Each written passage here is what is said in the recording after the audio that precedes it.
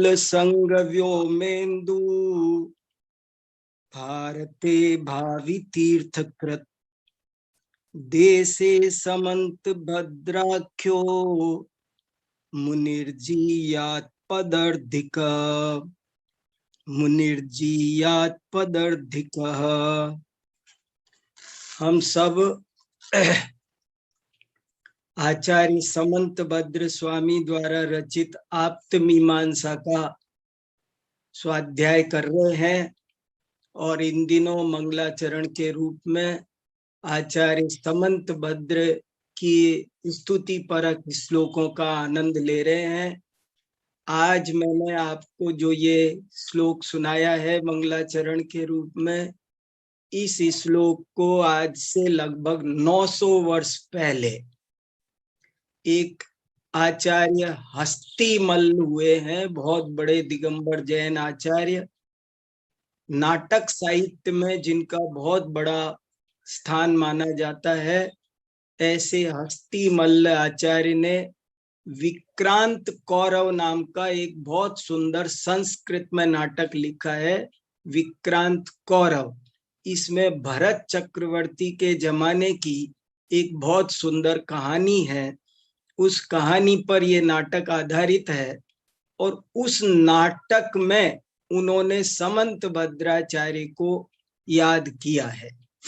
तो क्या लिखा है उन्होंने समंत भद्राचार्य के बारे में ये लिखा है कि जो श्री मूल संग रूपी आकाश के चंद्रमा हैं, श्री मूल संग व्योमेन्दु, जो श्री मूल संग रूपी व्योम यानी आकाश के, इंदु माने चंद्रमा है, भारते भारतवर्ष में। और एक बहुत ही ज्यादा महत्वपूर्ण बात लिखी है, जिसकी वजह से आज मैंने इस मंगलाचरण को सुनाना पसंद किया है। भावी तीर्थकृत की जो भावी तीर्थंकर हैं, जो भविष्य में तीर्थंकर होने वाले हैं, ऐसे समंत भद्र मुनि महाराज की जय हो, जो भारत में मूल संग रूपी आकाश में चंद्रमा के समान दैदीप्यमान हैं और भविष्य में तीर्थंकर होने वाले हैं, और जिनको बहुत बड़ी पद रिद्धि भी प्राप्त थी, पदर्धिका, जो पद रिद्धि भी प्राप्त थे, ऐसे समंत भद्र महाराज सदा जयवंत हों। ऐसा ये एक बहुत ही मर्मस्पर्शी श्लोक है, हृदय को छू लेने वाला श्लोक है, बहुत ही आनंददायक श्लोक है। क्या क्या बातें वो कहना चाहते हैं, इनकी चर्चा तो हम कर चुके कि वे भारत भूषण हैं, मूल संग रूपी आकाश के चंद्रमा हैं, लेकिन एक तो पदर्धिका, जिनको पद रिद्धि प्राप्त थी, ये नया विशेषण इसमें हमने आज पढ़ा है। और दूसरा एक विशेषण ये पढ़ा है कि भावी तीर्थकृत। आचार्य समंत भद्र के बारे में, एकमात्र समंत भद्र आचार्य के बारे में ये बात कही जाती है कि वे भविष्य में तीर्थंकर होने वाले हैं।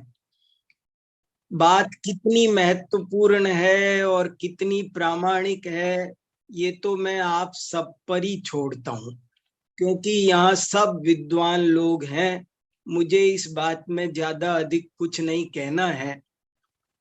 पद रिद्धि का अर्थ होता है, दीपाली जी, यहाँ लिखा है नीचे, पद रिद्धि, सैकड़ों कोस पैदल चल जाए फिर भी पैरों में थकावट ना आए, उसे पद रिद्धि उन्होंने कहा है ग्रंथकार ने।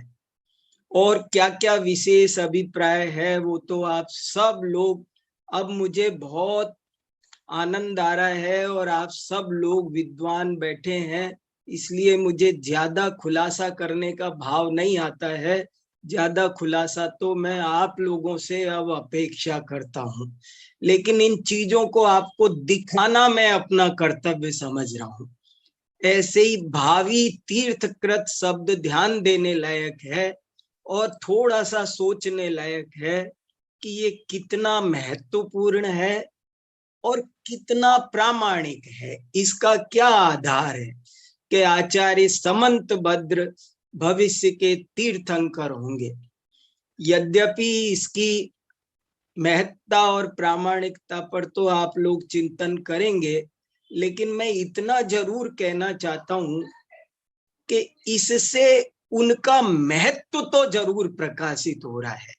ये बात किसी और आचार्य के बारे में नहीं मिलती है, केवल और केवल और केवल समंत भद्र आचार्य के बारे में मिलती है कि वे भविष्य के तीर्थंकर होने वाले हैं।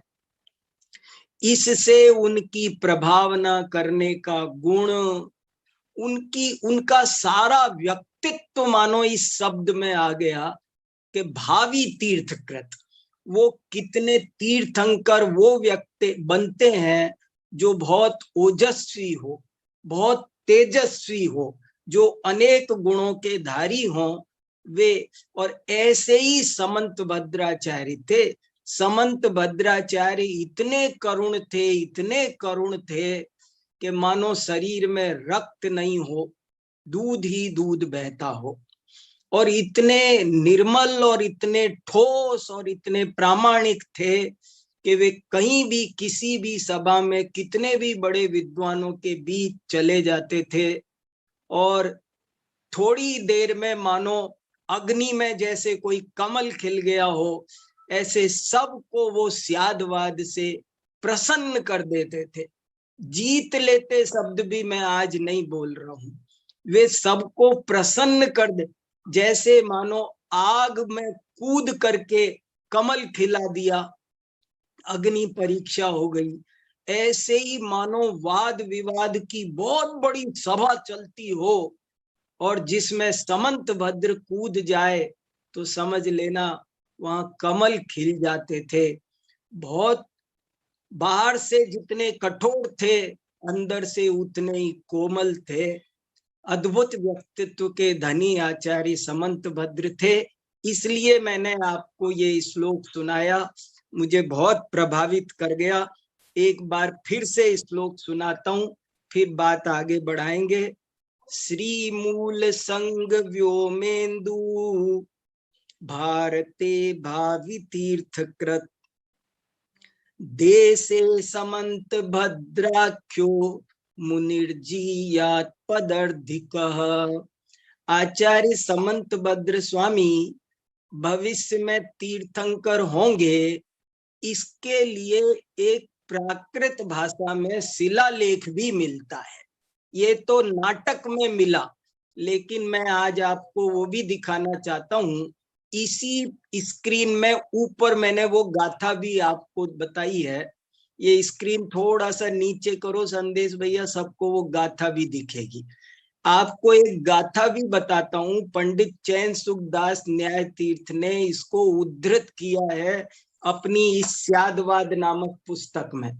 और इसमें इस प्राकृत की गाथा में, प्राकृत के इस शिलालेख में भी ये बात लिखा है कि आचार्य समंत भद्र भविष्य में तीर्थंकर होने वाले हैं। देखो कैसे लिखा है, मैं गाथा सुनाता हूं।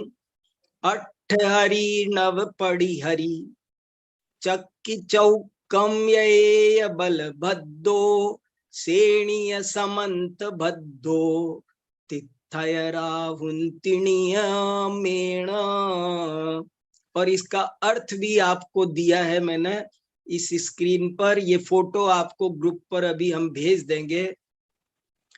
इस अवसर्पिणी युग के 8 नारायण, 9 प्रतिनारायण, 4 चक्रवर्ती, 1 बलभद्र, 1 राजा श्रेणिक और 1 आचार्य समंत भद्र, ये 24 पुरुष नियम से भविष्य युग में तीर्थंकर होंगे।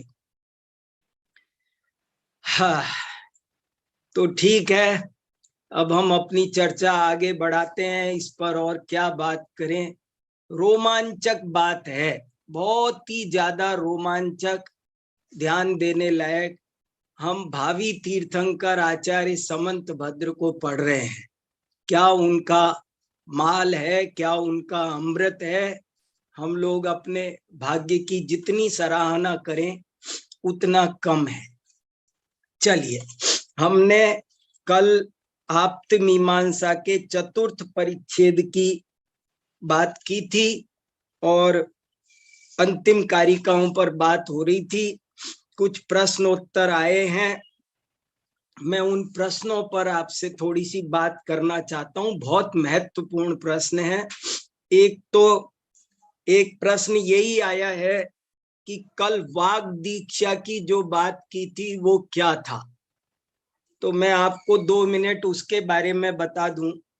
ये वाग दीक्षा नाम की पुस्तक है। वाग दीक्षा ये छोटी पुस्तक है, बहुत बढ़िया पढ़ने लायक पुस्तक है।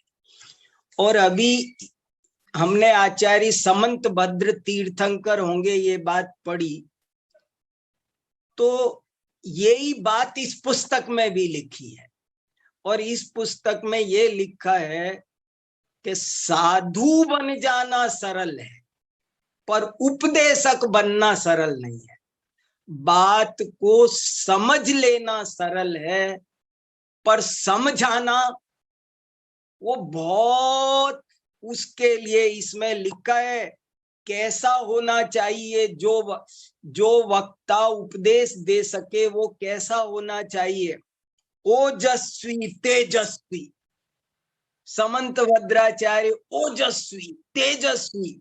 अभी मैं इस पर किसी दिन 1 घंटा आपसे स्वतंत्र बात करूंगा। मैं सिर्फ इतनी सी बात आपको बताना चाह रहा हूं कि वक्ता कितना प्रभावशाली होना चाहिए, और न केवल प्रभावशाली, विद्वान होना चाहिए। उसमें कितने क्या क्या गुण होने चाहिए, अद्भुत गुण जिसमें हो वो व्यक्ति वक्ता बन सकता है। हर कोई वक्ता नहीं बन सकता। बहुत बहुत गड़बड़ होने की संभावना होती है। अगर वो वक्ता सही नहीं है तो उसके कथनों से अनेक विवाद उत्पन्न हो सकते हैं, अनेक छल ग्रह प्रभावना के स्थान पर बल्कि अप्रभावना हो सकती है। शास्त्रों में ऐसा लिखा है कि किसी भी वक्ता को ये बातें नहीं बोलनी चाहिए। मेरे पास वे 30-40 पॉइंट लिखे हैं कि ये पॉइंट नहीं बोलने चाहिए। और आचार्यों को ये आज्ञा दी है कि यदि तुम्हारे संघ का साधु ये बातें बोल दे तो उसे पारंचित प्रायश्चित दे दो, नहीं तो संघ खतरे में है। पारंचित प्रायश्चित का मतलब होता है उसे देश की सीमा से बाहर निकाल दो। अब इस राज्य में रहने का अधिकार नहीं है, नहीं तो संघ पर बहुत बड़ा खतरा है। अनेक लोग और देखो आजकल तो पहले से भी ज्यादा खतरनाक समय आ गया। पहले तो हम कहीं पर एक जगह बैठकर बोलते थे, आज तो जो कुछ बोलते हैं यूट्यूब पर आता है। हर आदमी को वक्ता बनना है और जरा सी भी कोई बात ऐसी बोल दी, ऐसा लिखा है किसी अन्य धर्म संप्रदाय की निंदा नहीं करना है, किसी राज्य के बारे में निंदा नहीं, राज्य द्रोह नहीं, ऐसी राष्ट्र के बारे। और जो वक्ता बोले वो घोर प्रायश्चित का दंड का भागी है। इसलिए ये वाग दीक्षा एक बहुत बड़ा विधान था कि जिसके तहत कोई भी साधु तो कोई भी व्यक्ति साधु तो बन सकता था, लेकिन साधु बनने के बाद भी उसे उपदेश का अधिकार तब तक नहीं मिलता था जब तक उसका बाकायदा संघ में वाग दीक्षा का संस्कार ना हो जाए। तो ये एक, इसके बारे में किसी ने 2-3 लोगों ने प्रश्न पूछा है, इसलिए मुझे बताना हुआ। एक प्रश्न ये पूछा है, कई प्रश्न बहुत अच्छे अच्छे, अब द्रव्य गुण पर्याय से संबंधित बहुत अच्छे प्रश्न हैं।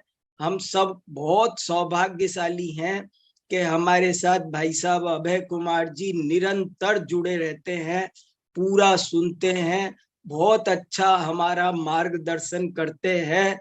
हम लोग उनके बहुत आभारी हैं। और आज भी बहुत अच्छी उन्होंने क्लिप भेजी, मैंने आप सबको सुनने के लिए भेजी है, आप उसे सुनना, बहुत बढ़िया है। और देखो उन्होंने बहुत अच्छी बात कही कि उत्पाद व द्रव्य तीनों एक समय में है, लेकिन एक ही पर्याय और एक ही समय लोगे तो बात पूरी समझ में नहीं आएगी।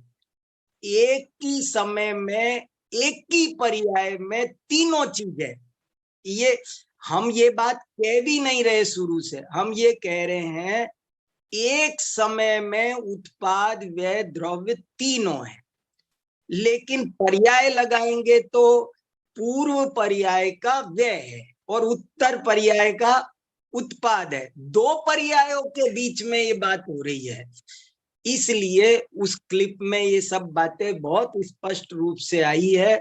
इसको हमें अच्छे से समझना है और बहुत सुंदर सुंदर बातें हैं। उत्पाद व्यय द्रव्य युक्तम सत, इस सूत्र को बहुत अच्छी तरह समझना है कि जो पूरा का पूरा सत्य है वो त्रिलक्षणात्मक है।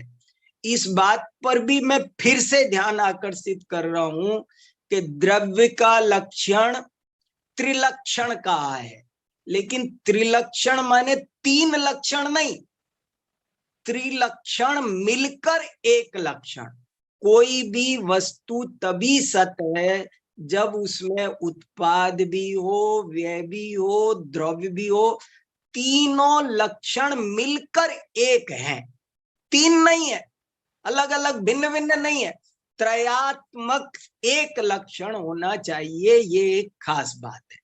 और दूसरी एक खास बात ये कही थी, ये सब चीजें ध्यान रहेगी तो हमको उत्पाद व द्रव्य का स्वरूप अच्छा समझ में आएगा कि उत्पाद व द्रव्य युक्तम सत, इसमें जो युक्तम शब्द लगाया है वो अभेद अर्थ में लगाया है, भेद अर्थ में नहीं लगाया। युक्त शब्द दोनों अर्थों में प्रचलित है भाषा में, भेद अर्थ में भी और अभेद अर्थ में भी, लेकिन यहाँ भेद अर्थ में नहीं है। आपको बहुत अच्छे से कहा था कि एक षष्ठी विभक्ति दोनों तरह से चलती है, भिन्नार्थक भी और अभिन्नार्थक भी। देवदत्तस्य वस्त्रालंकारो, देवदत्त के वस्त्र अलंकार, यहाँ पर देवदत्त अलग है, वस्त्रालंकार अलग है। लेकिन जलस्य धारा, जल की धारा, तो जल अलग है धारा अलग है ऐसा है नहीं है। जल की धारा, जल और धारा अभिन्न नहीं है, ऐसे ही द्रव्य और पर्याय भिन्न भिन्न नहीं है। उत्पाद व द्रव्य युक्तम, युक्त शब्द एक तो युजिर योगे धातु से बनता है, यहाँ वो नहीं है, यहाँ पर युज समाधौ धातु से बना है। ये एक गजब की बात श्लोक वार्तिक में पढ़ी, उसको हमें समझना है। और कई प्रश्न, कई बातें श्लोक वार्तिक में बहुत बढ़िया बढ़िया मैंने पढ़ी हैं अभी इन्हीं दिनों, तो उनसे मुझे इस विषय को समझने में और भी बहुत सारा लाभ हुआ है। जैसे कि एक बात ये बहुत महत्वपूर्ण है, एक प्रश्न उठाया इसमें कि आपने कहा सत द्रव्य लक्षणम, इसको सुनना जरा ध्यान से, बहुत इंपॉर्टेंट बात है। सत द्रव्य लक्षणम, तो टीकाकार ने प्रश्न उठाया कि आपने द्रव्य का लक्षण सत कहा, तो क्या पर्याय सत नहीं है? समझना, बहुत बढ़िया प्रश्न है, प्रश्न समझ में आया। सत द्रव्य लक्षणम, कि आपने द्रव्य का लक्षण सत कहा, तो फिर गुण का लक्षण, पर्याय का लक्षण, लक्षण तो निर्दोष होना चाहिए ना, लक्षण तो मैं अव्याप्ति अतिव्याप्ति नहीं आना चाहिए ना, ये आपका सत लक्षण ये गुण में भी पाया जाता है, ये पर्याय में भी पाया जाता है। तो आप द्रव्य का लक्षण सत होता है ऐसा कैसे कहते हैं? तो बहुत बढ़िया उत्तर दिया, उत्तर दिया कि वस्तु में भेद हो तब ऐसा दोष आए। वस्तु पर्याय और गुण द्रव्य के ही रूप है, द्रव्य ही है, इसलिए उसमें वस्तु एक है, अखंड है, अविभाज्य है। देखो एक और बहुत महत्वपूर्ण बात है जिसको न समझने से बहुत भ्रम होता है। कई बार समझने के लिए एक वस्तु को तोड़ तोड़ कर समझाना पड़ता है, और कभी हमको दो वस्तुओं को जोड़ जोड़ कर समझाना पड़ता है, लेकिन ना वो टूटेगी ना वो जुड़ेगी। समझाने से ये भ्रम पैदा हो जाता है। बिल्कुल सही कहा प्रज्ञा।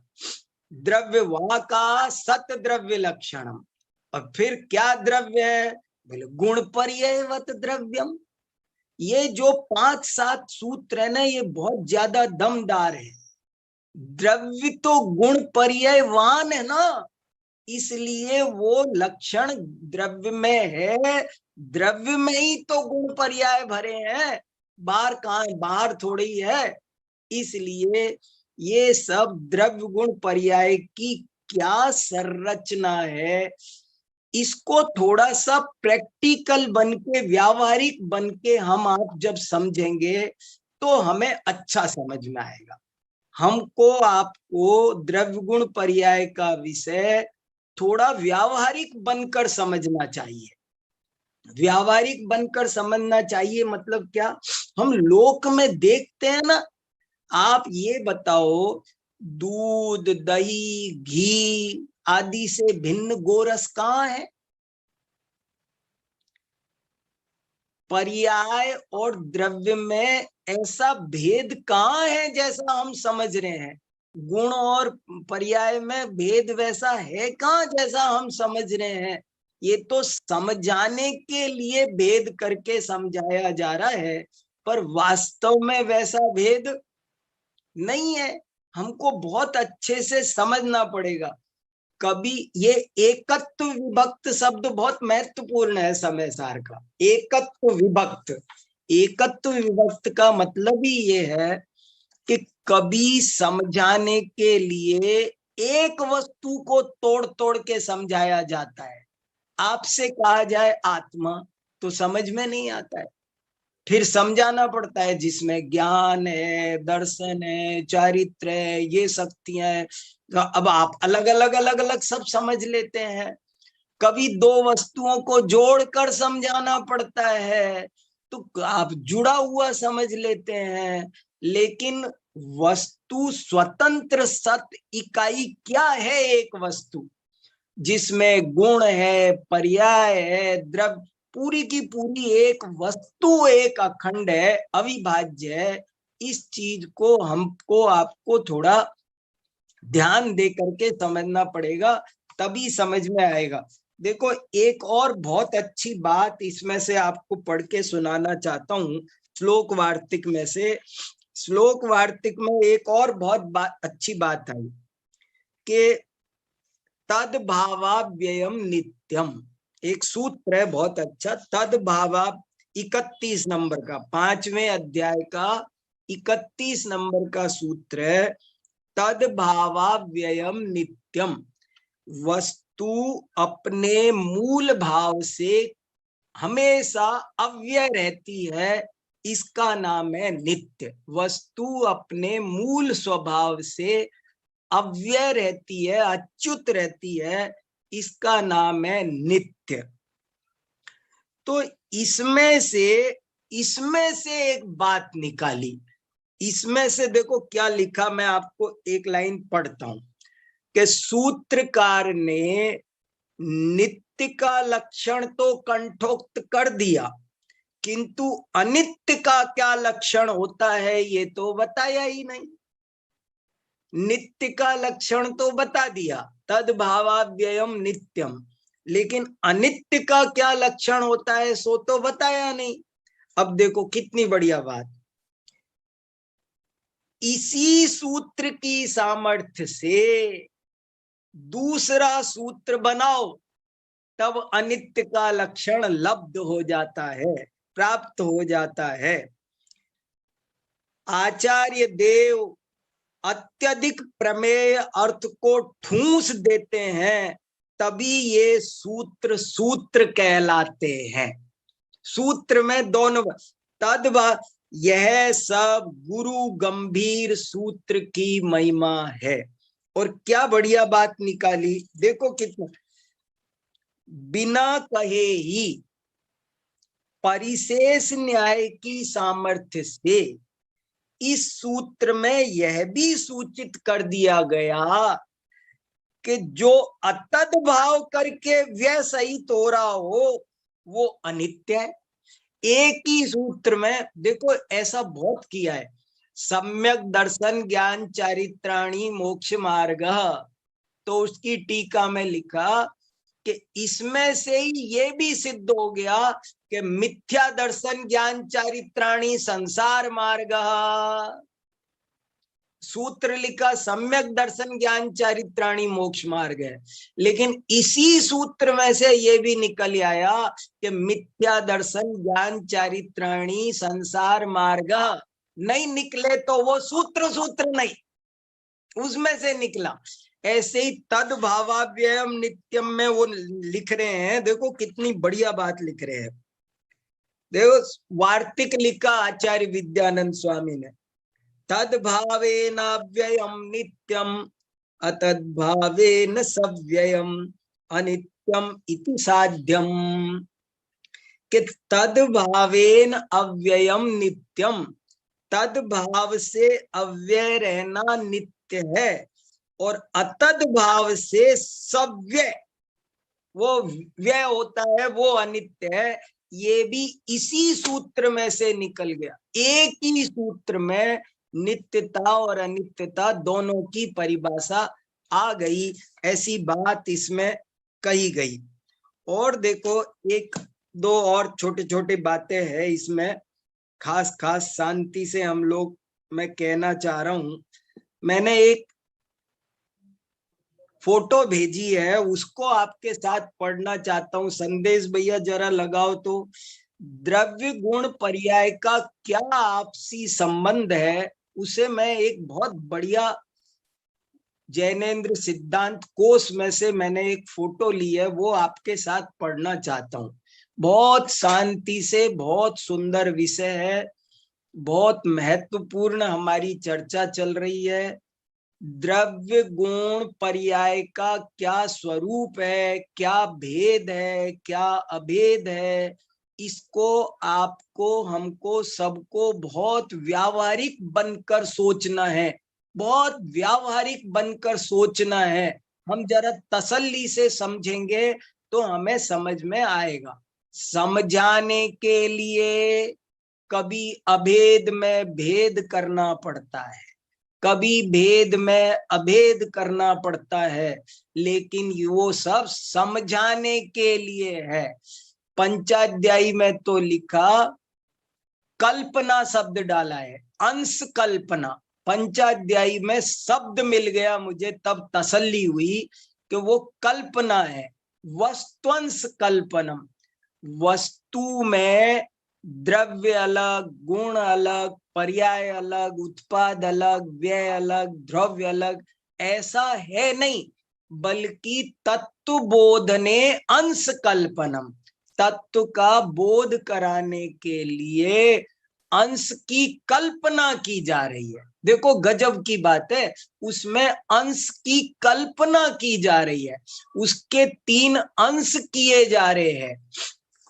और इसमें भी 3 करने में भी जब धर्म बनाते तो 2 बनते हैं, ये भी एक खास बात है। उत्पाद व्यय द्रव्य, ये तीन धर्म नहीं है, धर्म दो है। उत्पाद व्यय एक है और द्रव्य दूसरा है। धर्म दो है, एक उत्पाद, एक से निकलेगा द्रव्य, एक से निकलेगी पर्याय। उत्पाद व्यय एक साथ लेना है। एक धर्म है उत्पाद व्यय, दूसरा धर्म है द्रव्य। ऐसे धर्म दो है अनेकांत को सिद्ध करने के लिए। तीन धर्म नहीं है, ये धर्म तीन नहीं है, धर्म दो है। देखने में आ रहे हैं कि वो तीन है, उत्पाद व्यय द्रव्य, लेकिन पक्ष दो ही है, दो पक्ष है। एक उत्पाद व्यय का पक्ष, एक द्रव्य का पक्ष। अब देखो ये थोड़ा सा भैया द्रव्य गुण पर्याय, इसको सब लोग पढ़ लो, थोड़ा सा मेहनत कर लो, ये अच्छा विषय है, खूब स्वाध्याय कर लो। देखो ये मैंने जैनेन्द्र सिद्धांत कोश में से कुछ फोटो खींची है आपको दिखाने के लिए। हेडिंग डला हुआ है भेदा भेद का समन्वय। हमारा टॉपिक यही चल रहा है कि द्रव्य और पर्याय में भेद है या अभेद है। तो देखो कितनी बढ़िया बात है, मैं आपके सामने पढ़ रहा हूं, स्क्रीन पर लगा हुआ है। लक्ष्य लक्षण रूप भेद होने पर भी वस्तु स्वरूप से गुण व गुणी अभिन्न हैं। अब ये देखो पंचास्तिकाय, तत्व प्रदीपिका, गाथा 9, ये संदर्भ लगे होते हैं। अब आप एक दफे घर पर ग्रंथ खोल कर देखना, तब आपको सब समझ में आएगा। किस अपेक्षा भेद है? लक्ष्य लक्षण रूप भेद होने पर भी वस्तु स्वरूप से गुण और गुणी अभिन्न है।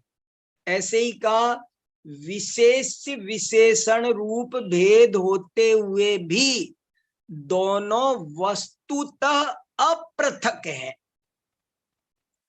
फिर तीसरा देखो, ये कसाय पाउड का है। द्रव्य में गुण गुणी भेद प्रादेशिक नहीं बल्कि अतद्भाविक है। अतद्भाविक है मतलब जो गुण है वो गुणी नहीं है, अतद्भाव है। जो ज्ञान है वो दर्शन नहीं है, ये अतद्भाव है। लेकिन प्रादेशिक भेद नहीं है, प्रदेश भेद नहीं है। गुण अलग जगह रहते हो, गुणी अलग जगह रहते हो, ऐसा नहीं है।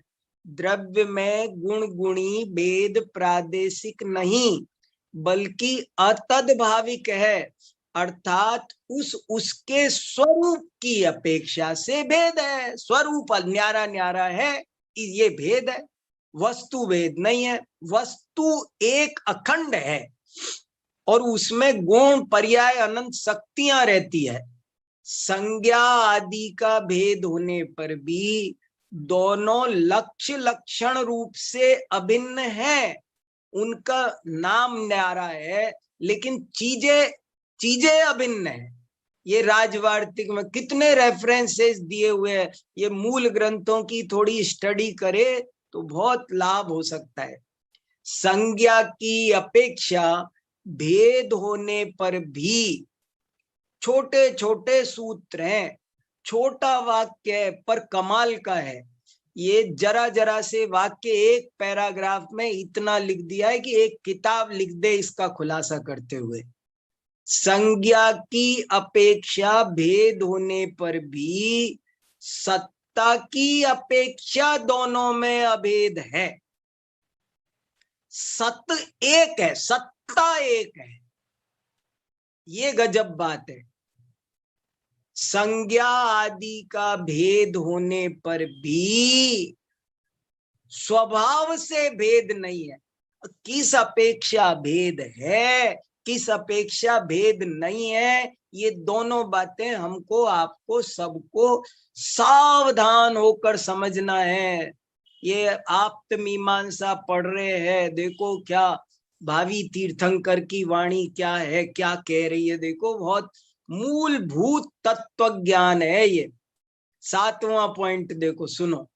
संज्ञा लक्षण प्रयोजन से भेद होते हुए भी दोनों में प्रदेशों से अभेद है। कितनी बढ़िया बात। और ये कितने ग्रंथों में आई है, पंचास्तिकाय, आप्तमीमांसा, सर्वार्थ सिद्धि, पंचास्तिकाय में, मूल में भी, टीका में भी। धर्मी के प्रत्येक धर्म का अन्य अन्य प्रयोजन होता है। अस्तित्व गुण का काम अलग है, वस्तुत्व गुण का काम अलग है, द्रव्यत्व गुण का काम अलग है, प्रमेयत्व का काम अलग है। धर्मी के प्रत्येक धर्म का अन्य अन्य प्रयोजन होता है। उनमें से किसी एक धर्म के मुख्य होने पर शेष गौण हो जाते हैं। नाम एक की वजह से पड़ जाता है। ये बहुत इंपॉर्टेंट बात है, हमने पढ़ा था जब 22वीं कारिका है ये आप्तमीमांसा की, जो हम पढ़ चुके हैं। द्रव्यार्थिक दृष्टि से द्रव्य एक व अखंड है, तथा पर्यायार्थिक दृष्टि से उसमें प्रदेश, गुण व पर्याय के अनेक भेद है। वस्तु में भेद भी है, अभेद भी है, कैसी संरचना है वो समझने की है। और एक और क्लिप है छोटी सी, वो भी मैं आपको सुनाता हूं। थोड़ी बात गंभीर है भैया, जरूरी विषय, मुद्दे का माल है ये असली। देखो ये और जरा सा सुन लो, बहुत बढ़िया है। लक्षण की अपेक्षा द्रव्य व पर्याय में भेद है, तथा वह द्रव्य से पृथक नहीं पाई जाती, इसलिए अभेद है। और यहाँ द्रव्य का नाम कितना बढ़िया दिया, पर्यायी। पर्यायी माने, अब देखो क्या क्या कहा जाता है, कैसे कैसे नामकरण पढ़ते हैं। द्रव्य माने पर्यायी, पर्यायी और पर्याय में भेद है, लेकिन उनको पृथक पृथक नहीं किया जा सकता, इसलिए अभेद है। धर्म धर्मी रूप भेद होते हुए भी वस्तुत्व रूप से पर्याय व पर्यायी में भेद नहीं है। बहुत महत्वपूर्ण पंक्तियां, छोटे छोटे वाक्य, पर इनको मंत्र समझकर अभ्यास करो, तब ये सब चीजें समझ में आएंगी। लोगों ने तमाशा बना दिया, कितने ही दार्शनिक सब भिन्न भिन्न भिन्न भिन्न मानते हैं, कोई सर्वथा भेद मानते हैं, लेकिन वस्तु का स्वरूप कथनचित भेद भी है, कथनचित अभेद भी है। द्रव्य पर्याय और ऐक्यम, द्रव्य और पर्याय में कथनचित एक भी है, और तन्नानात्वम, और नानात्व भी है। न सर्वथा, सर्वथा नहीं है, कथनचित लगाओ। और देखो कितना बढ़िया बात है, सर्व पर्यायों में अन्वय रूप से पाया जाने के कारण द्रव्य एक है, तथा अपने गुण पर्यायों की अपेक्षा अनेक है। ये सब समझ में आ रहा है ना आपको, जो ब्रैकेट में लिखा हुआ है। जैसे धै माने धवला, श्लो माने श्लोक वार्तिक, का ए माने कार्तिकेयानुप्रेक्षा, मूल गाथा 245। कितने शास्त्रों के ये मूल आचार्यों के वचन हम पढ़ रहे हैं। सर्व पर्यायों में अन्वय रूप से पाया जाने के कारण द्रव्य एक है, तथा अपने गुण पर्यायों की अपेक्षा अनेक है। त्रिकाली पर्यायों का पिंड होने से द्रव्य कथनचित एक व अनेक है। त्रिकाली पर्यायों के पिंड को, पर्यायों के समुदाय को द्रव्य कहते हैं, ऐसी भी परिभाषा आई। देखो, त्रिकाली पर्यायों का पिंड होने, इस चीज को अच्छे से समझो। द्रव्य के बिना परिणाम नहीं होते, पर्याय नहीं होती, पर्याय के बिना द्रव्य नहीं होता। जो दूध दही घृत आदि है वही गोरस है, उसके भिन्न गोरस नहीं है।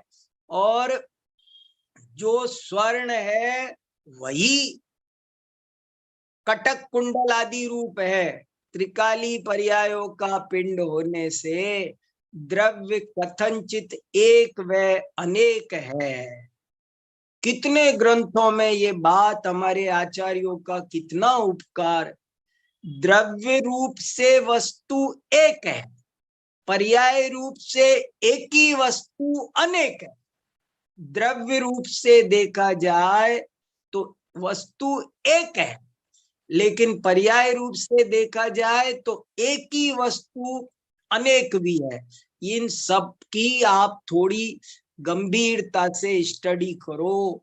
क्या द्रव्य का स्वरूप है। कोई सर्वथा भिन्न भिन्न भिन्न भिन्न मानता है, कोई सर्वथा अभिन्न मानता है, लेकिन ऐसी बात नहीं है। ये बहुत महत्वपूर्ण बात है। गुण समुदायो द्रव्यम, कहीं तो लिखा गुण के समुदाय को द्रव्य कहते हैं, कहीं पर लिखा गुण पर्याय समुदायो द्रव्यम, गुण पर्याय व द्रव्यम। ऐसे तरह विवक्षाएं, न्यारी न्यारी विवक्षाएं हैं। समझाने के लिए आचार्यों ने बहुत लीला की है, बहुत विलास किया है। भेद भेद किया तो यहां तक किया, उत्पाद भिन्न सत है, उत्पाद अलग सत है, द्रव्य अलग सत है,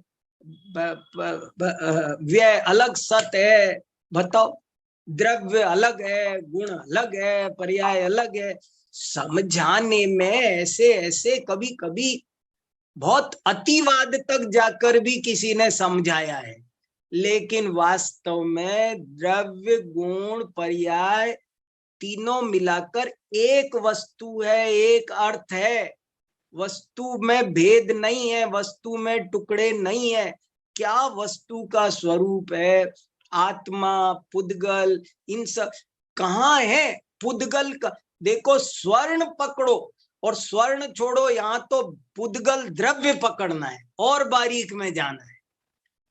स्वर्ण पकड़ना, इतने सारे आभूषणों के बीच भी वो स्वर्ण देखना है। स्वर्ण बिना पर्यायों के नहीं पाया जाता, लेकिन यहाँ तो द्रव्य देखना है, वो और भी बारीक बात है। तो इसलिए मूल द्रव्य का क्या स्वरूप है। एक ही वस्तु में, एक ही वस्तु, वस्तु का नाम द्रव्य है। और आपको एक बात बताऊं, मैंने आज एक और बात पढ़ी। द्रव्य नाम उसकी एक विशेषता के कारण उसका द्रव्य नाम है। उसमें तो बहुत सारी विशेषताएं हैं और उनसे उसके अलग अलग अलग अलग नाम, जैसे वस्तुत्व गुण की अपेक्षा से उसे वस्तु कहेंगे, अस्तित्व गुण की अपेक्षा उसे ही सत कहेंगे, प्रमेयत्व गुण की अपेक्षा उसे ही प्रमेय कहेंगे, न्यारे न्यारे। और एक और बात कही, उसे बोले द्रव्य क्यों कहा। द्रवितुम योग्य द्रव्य। और द्रव्य का दूसरा एक पर्यायवाची, बहुत पर्यायवाची मिलते हैं, उनमें एक पर्यायवाची मिलता है भव्य, होने योग्य। वो होता रहता है निरंतर, तो निरंतर परिणमनशील है द्रव्य। ऐसा द्रव्य गुण पर द्रव्य निरंतर परिणमनशील है। उसके क्या, उसकी द्रव्य पर्याय की व्यवस्था है, इसे हमको आपको सबको थोड़ा सावधानी से अच्छे से समझना है। ये बहुत बढ़िया महत्वपूर्ण प्रकरण चल रहा है, इसको थोड़ा शांति से लेना है, मेहनत करना है। मैं भी कई कई घंटे लगा रहा हूं इसमें, मैं भी पढ़ रहा हूं, तो आप लोग भी पढ़ोगे तो माल मिलेगा। चलो अब आप लोग कहिए कुछ। हाँ देखो संदेश भैया, सुनो कुछ अच्छी अच्छी बातें सबसे। जी, अभी हमने वस्तु का उत्पाद व द्रव्यात्मक स्वरूप, द्रव्य का क्या स्वरूप है, इसके बारे में आदरणीय भाई साहब का सुंदर व्याख्यान अभी सुना। आपके भी जो भी विचार हो या कोई प्रश्न हो तो आप लोग सभी रख सकते हैं, हैंड रेज कर सकता है कोई भी।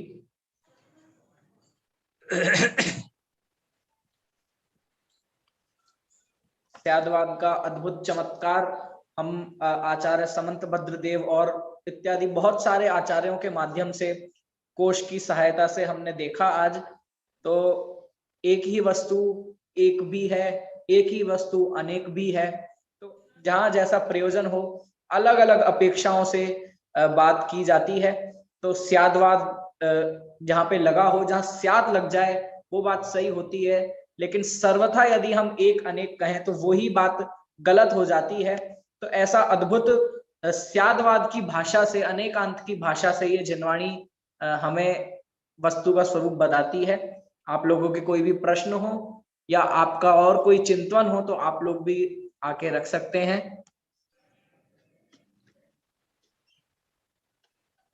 सभी लोग बहुत शांति से व्यावहारिक बनकर सोचना है, देखना है। दुनिया में चीजें दिखाई दे रही है, व्यावहारिक बनकर के सोचो। द्रव्य कहाँ दिखाई देता है, पर्याय कहाँ दिखाई देता है, गुण कहाँ दिखाई देता है, तो सब समझ में आएगा। एक ही वस्तु निरंतर परिणमनशील है, और उसमें जो परिणमन, जो क्रम से क्रम प्रवृत्त भाव है, उनका नाम पर्याय है। और जो सह प्रवृत्त भाव है, उनका नाम गुण है। एक ही वस्तु, वस्तु एक है, और उस एक वस्तु में जो क्रम प्रवृत्त भाव है, उनका नाम पर्याय है। और जो युगपत प्रवृत्त भाव है, उनका नाम गुण है। थोड़ा विषय जटिल है, नीरस हो सकता है, पर बहुत गूढ़, गंभीर और प्रयोजन भूत विषय है। शांति से समझने लायक है। हाँ दिनेश जी, सुनाइए। हाँ, जय जिनेन्द्र। हाँ बताइए। अभी आपने जैसे कहा द्रवितुम योग्य द्रव्य, हाँ तो ये द्रव्यत्व गुण जो पदार्थ का सामान्य गुण है, परिणमन का हाँ, जो गुण है द्रव्यत्व, ये उसी से आया ना? उसी से आया। जिस शक्ति के कारण द्रव्य निरंतर परिणमन करता रहे, उसे द्रव्यत्व कहते हैं। एक किसी भी वस्तु का कोई नाम पड़ता है। आत्मा का नाम ज्ञायक, ज्ञायक को जानो, ज्ञायक। तो ज्ञान गुण की अपेक्षा से उसका नाम ज्ञायक है, लेकिन उसमें ज्ञान ही गुण नहीं है, और भी अनंत गुण है। उन गुणों की अपेक्षा वो उसी काल में अज्ञायक भी है। क्या हिसाब है। ये एक प्रश्न और था छोटा सा। हाँ हाँ ये जो आपने इसका लिया उत्पाद व्यय ध्रुवीय में, हाँ तो अगर जैसे हम उत्पाद हुआ, सम्यक दर्शन का किसी समय में उत्पाद हुआ, हाँ उस समय उसको अगर अस्थि रूप में समझें कि उसकी अस्थि हाँ है, तो नास्ति रूप में मिथ्यात्व का अभाव हुआ, तो मिथ्यात्व की नास्ति हो गई। हाँ। तो व्यय को नास्ति से जोड़ सकते हैं उस केस में, और नहीं, अस्थि से। देखो इसको थोड़ा सा और स्पष्ट कर ले। हम शुरू से जो चर्चा कर रहे हैं वो ये, उत्पाद व्यय द्रव्य तीनों एक समय में है। फिर से, उत्पाद व्यय द्रव्य तीनों एक समय में है। और हमने उदाहरण लिया कि जिस काल में मिथ्यात्व का नाश हुआ, जिस समय में मान लो 8वें नंबर पर हुआ, तो सम्यक्त का उत्पाद क्या 9 नंबर पर है? 8 नंबर नहीं, 8वें ही नंबर। मिथ्यात्व के नाश का जो क्षण है, वही क्षण सम्यक्त के उत्पाद का है। क्षण एक है, और उन दोनों क्षणों में ही वो क्षण है जहां सम्यक्त का उत्पाद हो रहा है, मिथ्यात्व का व्यय हो रहा है। वहां देखा गया कि मिथ्यात्व था तब भी श्रद्धा गुण थी, और अभी भी श्रद्धा गुण है। तो ये जो श्रद्धा बनी रही, इसका नाम है द्रव्य। अब सुनो, अब प्रश्न दूसरा जो कल प्रज्ञा ने प्रश्न पूछा कि क्या एक समय में एक पर्याय में 3 चीज है? क्या एक समय में एक पर्याय में 3 चीज है? एक समय में एक पर्याय में 3 नहीं है, एक वस्तु में 3 है। एक वस्तु में एक साथ एक समय में 3, एक ध्यान देने की बात है, एक वस्तु में एक समय में तीनों है। लेकिन एक पर्याय में, अब ये एक पर्याय में क्या, ये तो पर्याय तो 2 चाहिए। फिर जो उत्पाद हो रही है वो न्यारी पर्याय है, व्यय मिथ्यात्व की पर्याय का व्यय हो रहा है। भाई साहब अभय जी की क्लिप बहुत अच्छी है कि या तो आप दो पर्याय लगाओ, दो पर्यायों में तो उत्पाद व्यय देख रहे हैं ना, लेकिन वस्तु एक है और वस्तु में एक समय में उत्पाद व्यय द्रव्य तीनों है। प्रति समय वस्तु उत्पाद व्यय द्रव्यात्मक है, तभी वो सत्य है। यदि वस्तु में एक समय भी इन तीनों में से एक भी चीज न हो तो वो वस्तु सत्य नहीं हो सकती, क्योंकि सत्य का लक्षण है उत्पाद व्यय द्रव्य युक्तम सत्य। ठीक है जय जी। बहुत अच्छा। हाँ, फिजिकली हैंडरेज हो रहा है निम्मी बेन शायद। हाँ हाँ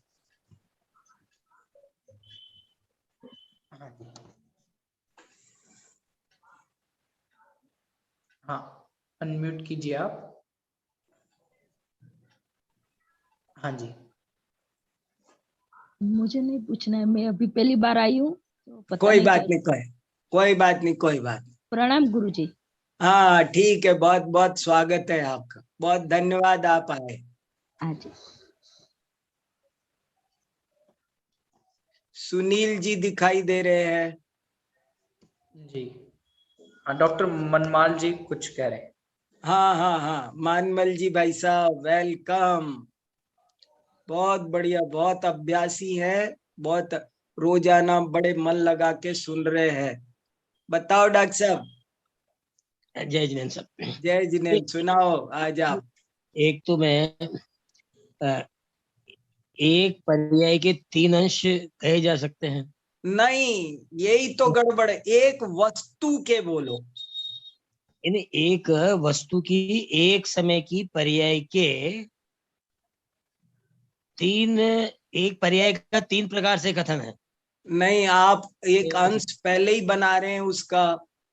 नहीं, आप देखो, वस्तु, एक वस्तु के तीन अंश है। अब वस्तु एक पर्याय के बनाओगे तो दो समय चाहिए, फिर दो समय नहीं है ना। उत्पाद मतलब प्रवर्तता भाव, हाँ मतलब अभाव रूप भाव, हाँ द्रव्य मतलब द्रव्यत्व। हाँ, ये इस प्रकार नहीं लिया जा सकता है। नहीं इसी तरह ले रहे हैं, लेकिन ये वस्तु पर तीनों घटेंगे, एक पर्याय पर एक समय में तीनों कैसे घटेंगे? जैसे प्रवचन सार में है, द्रव्य सत गुण है, द्रव्य भी सत है, व्यय भी हाँ सत और ठीक है, उत्पाद भी वह सत है। ठीक है। और उसमें इस प्रकार का भाव भाषित होता है हाँ कि उत्पाद का मतलब प्रवर्तता भाव, हाँ मतलब उसी समय अप्रवर्तता भाव, और द्रव्य का मतलब द्रव्यत्व, जैसे जीवत्व, हाँ जीवत्व द्रव्य, हाँ, मिथ्या दर्शन का अभाव वो व्यय, और सम्यक दर्शन प्रवर्तता भाव वो उत्पाद। ऐसा माने तो कैसा है? देखो मेरे तो, और किसी की समझ में आ रहा हो तो बोलो भैया, किसी के मेरे जी भाई। समझ में कम आया। हाँ भाई साहब, वो जो कह रहे हैं अभय जी हाँ भाई साहब की क्लिप में भी दो दो अपेक्षाएं बताई थी उन्होंने कि हाँ जैसे जो वर्तमान पर्याय है वो हाँ पूर्व पर्याय की अपेक्षा व्यय रूप है, तो हाँ, एक ही पर्याय में इस अपेक्षा वो व्ययपना भी साथ में घटाया, और उत्पाद स्वरूप तो है ही, ठीक है। और एक जो जीवत्व लक्षण है मतलब उसका ध्रुवत्व वो भी उसमें विद्यमान है। तो इस ठीक, अपेक्षा एक ही पर्याय में भी तीनों लक्षण पाए जाएंगे, और दूसरी अपेक्षा कि पूर्व पर्याय का व्यय और इस पर्याय का उत्पाद। तो जब दो पर्याय की अपेक्षा बात करेंगे तो बराबर ऐसा। बराबर बराबर बराबर बराबर। ये प्रवचन सार के गुरुदेव के प्रवचनों में इस प्रकार के भाव आए। गाथा नंबर याद है आपको? हम देखेंगे जरूर। अब वो गेय तत्व प्रज्ञापन की है, अब 95 नंबर की है शायद। कोई बात नहीं, कोई बात नहीं, उत्पाद वे कोई द्रव्य, बात। उत्पाद वे द्रव्य वाली जो पर्याय है ना, मैं देखूंगा डॉक्टर साहब जरूर, आपको बहुत धन्यवाद। जब भौतिक शास्त्र वालों ने भी इस सिद्धांत को लिया है, हाँ और उसका नाम है मैटर के संबंध में परमानेंस विद चेंज। ठीक है, प्रॉपर्टी उन्होंने मानी है, परमानेंस विद चेंज, 19वीं शताब्दी में किसी वैज्ञानिक ने खोजा है। ठीक है, ये तो समझ में आ रही है बात, ये तो क्लियर है, ये समझ में आ रही है। हेमचंद जी भाई साहब कुछ कह हाँ रहे हैं। हाँ, उदयपुर से। जय जिनेन्द्र सभी को। हाँ बोलिए। मेरे विचार से अभी जो डॉक्टर साहब ने बात कही, मानमल जी साहब ने, हाँ वो बात उदाहरण जो उन्होंने दिया, हाँ उदाहरण से तो वस्तु में ही 3 पना घटित हो रहा है। हाँ प्रश्न में जरूर पर्याय में घटित कर रहा हूं ऐसा बोला, लेकिन हाँ मेरे विचार से वो द्रव्य में वस्तु में ही घटित किया उन्होंने, क्योंकि हाँ उसका सम्यक रूप से उसका उत्पाद और मिथ्यात्व रूप से व्यय और द्रव्य रूप से उसका ध्रुव, तो हाँ द्रव्य आ गया ना बीच में, वस्तु आ गई, हाँ तो वस्तु में ही तीनों घटित हुए हैं। हाँ, वस्तु को अखंड समझने की कोशिश होनी चाहिए, ये मेरी समझ में आ रहा है भाई। देखो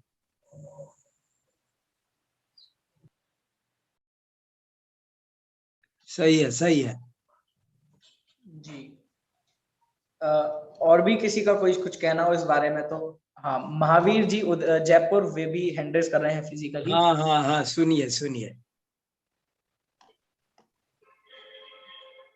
जो अभय जी ने 2 अपेक्षाएं ली हैं, हाँ और अगले कल क्लास में और थोड़ा सा स्पष्टीकरण कर दें। उन्होंने ये भी लिख दिया कि ये पूर्ण असत्य भी नहीं है, ये क्या मतलब कुछ कंफ्यूजन सा हो रहा है उसमें। नहीं नहीं नहीं नहीं, कोई कंफ्यूजन नहीं हो रहा, वो बहुत स्पष्ट है। मैंने खुद 2 दफे उनकी क्लिप सुनी है, और आप एक दफे और सुन लेना, और कुछ दिक्कत होगी तो कल फिर खुलासा कर देंगे, अभी कोई बात नहीं है। ठीक है। हाँ, वो बहुत अच्छा है, बहुत बहुत सदा हुआ है, और हाँ। आप एक दफे और सुन लेना, मैंने 2 दफे सुनी है पूरी क्लिप। अच्छा। हाँ अभी तो बम्बई में है पंडित जी। हाँ जी, हाँ जी, हाँ बॉम्बे से सुनते हैं आपका। हाँ जी, हाँ जी, हाँ जी।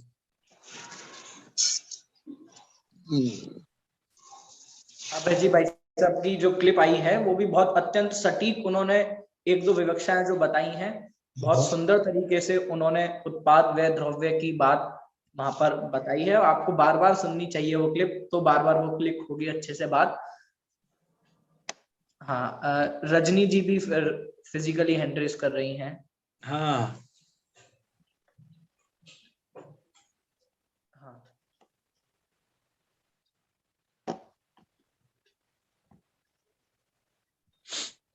जय जिनेन्द्र भाई साहब। हाँ, मैं अभी बोलिए। ये बोल रही थी, यहाँ पे अभी बात हुई जो कि हाँ सम्यक्त मिथ्या तो द्रव्य में द्रव्य लिया, तो अपन हाँ तो श्रद्धा गुण की पर्याय, श्रद्धा गुण की हैं ये दोनों पर्याय। हाँ कल ही हाँ अपनी बात हुई थी, तो गुण को भी कभी कभी हम पर्याय में डालते हैं ना।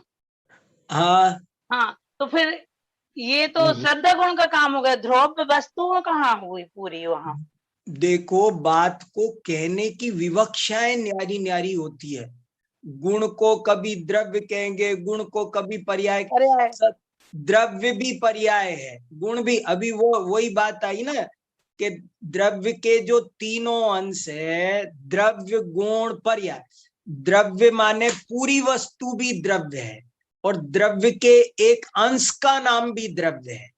ऐसे ही द्रव्य के एक अंश का नाम भी पर्याय है, और द्रव्य के 3 अंशों का नाम भी पर्याय है। तो समझ में आया? द्रव्य के 3 अंश है, तीनों अंशों का नाम भी पर्याय है, परिणाम है। तीनों अंशों का नाम भी परिणाम है, और द्रव्य के एक अंश का नाम भी परिणाम। तो बात कब किस अपेक्षा से कहाँ क्या कही जा रही है, वो हमको समझना पड़ेगा। तो जब हम यदि पर्याय में घटित करेंगे तो हम श्रद्धा गुण को एक पर्याय के रूप में लेके भी उनको सम्यक तो मिथ्यात्व को घटित कर सकते हैं, तो तीनों पर्याय के अंश कहला सकते हैं। 3 पर्याय मुझे तो कहना अच्छा नहीं लग रहा। द्रव्य के वस्तु के अंश कहो तो अच्छा लगता है, पर्याय के 3 अंश कहना क्या पता क्या कहना चाहते हैं, कुछ विशेष विवक्षा होगी उनकी कुछ। और हाँ, एक और था छोटा सा, मुझे यहाँ आ रहा है कि अपन ने इतने सारे सब देखे इस शास्त्र के अनुसार, तो ऐसा समय सार में भी वो 9 तत्व में छुपी हुई बात आती है गाथा में, तो तत्व जो है वो भी पर्याय ही है ना। बराबर। पर्याय, तो वो कहीं भी ऐसा इसमें नहीं आया, मतलब अभी जो अपन ने पढ़ा नहीं, उसमें। ये भी चर्चा, ये भी विवक्षा भेद बहुत है। अब ऐसा नहीं कह सकते कि सारे तत्व पर्याय यही है, आज ऐसा तो नहीं कह सकते सारे तत्व पर्याय है। द्वैत अच्छा। सापांची हो। अच्छा। हाँ, प्रज्ञा दीदी कुछ कहना चाह रही हैं। हाँ हाँ चाचा, मैं तो बस ये कह रही थी कि मुझे लगता है कि हर पर्याय उत्पाद है, हर पर्याय हाँ, व्यय है, हर बराबर, पर्याय द्रव्य है, तभी सही है, जाकर वो द्रव्य उत्पाद व्यय द्रव्य युक्तम सत बनता है। सही है, एकदम सत्य है। बस उसमें इतनी सी बात हो रही थी कि जब अपन ने ऐसे कह दिया हर पर्याय उत्पाद व द्रव्यात्मक है, और ये भी कह रहे हैं कि पूरी वस्तु उत्पाद व द्रव्यात्मक है, एक समय में उत्पाद व द्रव्यात्मक है, इन दोनों में तो कोई दिक्कत ही नहीं है। बस आपकी अपेक्षा लगा लेंगे ना हम, हाँ हाँ, उत्पाद की बिल्कुल, अपेक्षा, व्यय की अपेक्षा। एकदम सही है, एकदम सही है। हाँ, अभी अंतिम सुनील जी को सुनकर हम हाँ हाँ, जरूर जरूर जरूर। हाँ भाई साहब, आप हाँ बताएं। अनम्यूट कीजिए भाई साहब जी। हाँ, आवाज आ रही है संदेश अभी? हाँ आ भाई रही है। साहब, हाँ बताएं। ये गे तत्व प्रज्ञापन जो है, हाँ जो आपकी भी बहुत प्रिय गाथा है और सर्वश्रेष्ठ गाथा है, अथो खलु दव्वमो। बराबर। इस गाथा की टीका में जब हाँ गुण पर्यायों के भेद प्रभेदों की चर्चा की, हाँ तो वहां जाकर के अमृत चंद्राचार्य देव ने एक बहुत मार्मिक बात लिखी हाँ कि इयम ही सर्व पदार्थानाम द्रव्य गुण पर्याय स्वभाव प्रकाशिका पारमेश्वरी व्यवस्था साधीयसी हाँ न पुनः इतरा। ऐसा हाँ कह करके हाँ इस द्रव्य गुण स्वभाव की प्रकाशक पारमेश्वरी जो व्यवस्था है वह उत्तम है, पूर्ण है और योग्य है, दूसरी कोई भी नहीं है। हाँ क्योंकि बहुत से जीव फिर पर्याय मात्र का ही अवलंबन लेकर के तत्व की अप्रतिपत्ति जिसका लक्षण है ऐसे मोह को प्राप्त होते हुए पर समय है। हाँ ये अंत समापन है उसका। ये जो सारा का सारा प्रकरण है वैसा स्व हाँ समय और पर समय से संबंधित, ये हाँ बहुत ही अलौकिक प्रकरण है। स्व समय पर समय 93 94 इन सब सारी गाथाओं में। हाँ और हाँ इसी आगे जाकर के जो आप बार बार कह रहे हैं ना कि हाँ भाई एक ही वस्तु में हाँ द्रव्य गुण पर्याय पने की जो सिद्धि जो कर रहे हैं, वो आगे 95 नंबर की जो गाथा है वो हाँ द्रव्य के लक्षण वाली गाथा है। स्वभाव को छोड़े बिना जो हाँ उत्पाद व्यय द्रव्य संयुक्त है और हाँ गुण युक्त और पर्याय सहित है उसे द्रव्य कहते हैं। हाँ इस प्रकार से इस गाथा में बहुत गहराई से उसकी व्याख्या सिद्ध की है। और आगे क्रमबद्ध पर्याय में जो दादा ने वो भी लिया है, त्रिलक्षण परिणाम पद्धति वाला प्रकरण है। हाँ हाँ तो इन सारे प्रकरणों से ये बहुत सुंदर सिद्ध होता है कि सत, जैसे अभय जी भाई साहब के क्लिप में भी उन्होंने कहा कि भाई वस्तु तो एक है, सत मात्र संपूर्ण है उत्पाद व्यय और द्रव्य से। हाँ इसलिए ये त्रयात्मक जो वस्तु है उसको समझना ये बहुत पुरुषार्थ का, बहुत मेहनत का काम है। आप प्रयास तो बहुत कर रहे हैं और आज तो संदर्भ साहित्य का पूरा निचोड़ आपने दे दिया और यहाँ तक भी कह दिया कि द्रव्य को भव्य भी कहते हैं। हाँ ये मुझे याद आ रहा है, एक बार गुरुदेव श्री ने भी ऐसी कुछ बात कही थी।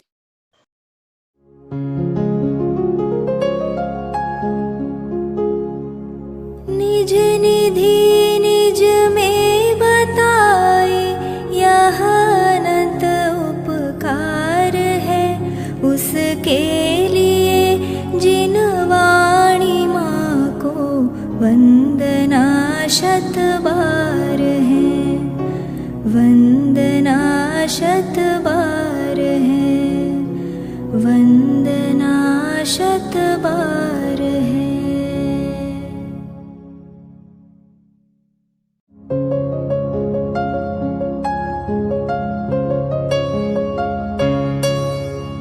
हे जिन वाणी भारती तो ही जपो दिन रैन, जो तेरी शरणागति गहे सुपावे सुख चैन। जावाणी के ज्ञान ते सूझे लोकालोक, सोवाणी मस्तक नवो सदा देत हो ढोक, सदा देत हो ढोक।